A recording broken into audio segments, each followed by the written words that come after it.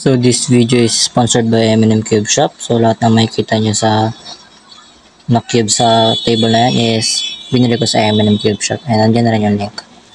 So dito bibigyan ko lang ulit ng onting commentary yung PB ko na to. And dito medyo goods pa yung memo. Parang normal memo lang, parang sakto lang, hindi mabilis, hindi mabagal. Sakto lang. And yan.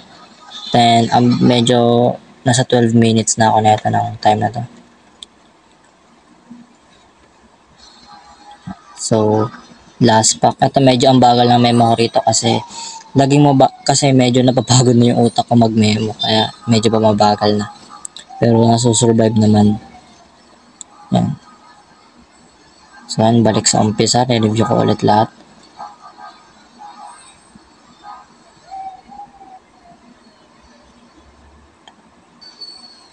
Yan.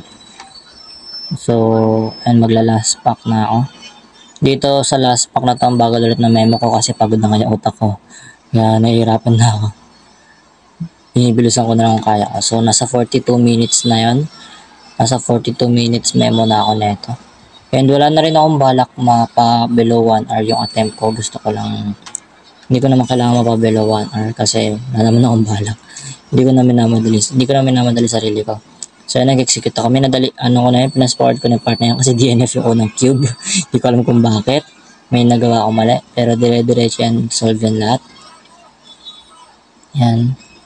Solve yan. Ang maganda rito is, yung unang 8 cubes sa short term pack ko, kung nag-emblind ka, mag-gets mo yung sinasabi ko. Sa short term pack yan. As you can see, yung short term pack na yun, walang DNF. Yan, ito long term pack na to kasi ito yung mga una ko memorize eh. Yan, DNF yun. Na pagbaliktad ko yung dalawang memo ko doon sa cube na yun, kaya nagkamali. Kumbaga, nauna ko yung isa, pero pangalawa siya. Ito naman nag-DNF kasi may nakalimutan akong gawin na M-move. Yan, kaya ganyan, DNF siya. May DNF ulit ako dito. I don't know where, kasi hindi ko pa napanood yung full video. Ayun, yung pa na-DNF ko pa na yun. Hindi ko alam ba't ko siya na-DNF eh. Hindi ko rin alam. Tapos yan, dire-diretso na yan lahat yan masasolve eh. And overall medyo hindi naman ako, parang comfortable naman ako sa execution. Like hindi ko minadali yung execution and wala rin ako nakalimutan. Hindi rin ako nag-post masyado. Hindi ako nag-post masyado para alalahanin yung memo kasi clear naman yung memo. Wala naman ako nakalimutan.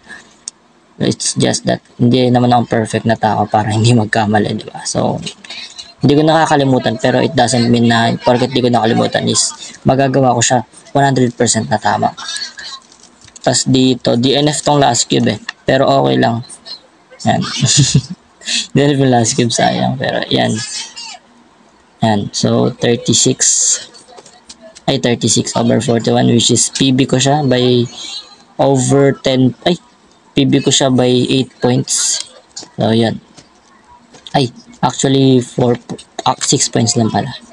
Kasi ang previous PB ko is 25 points. Let's go!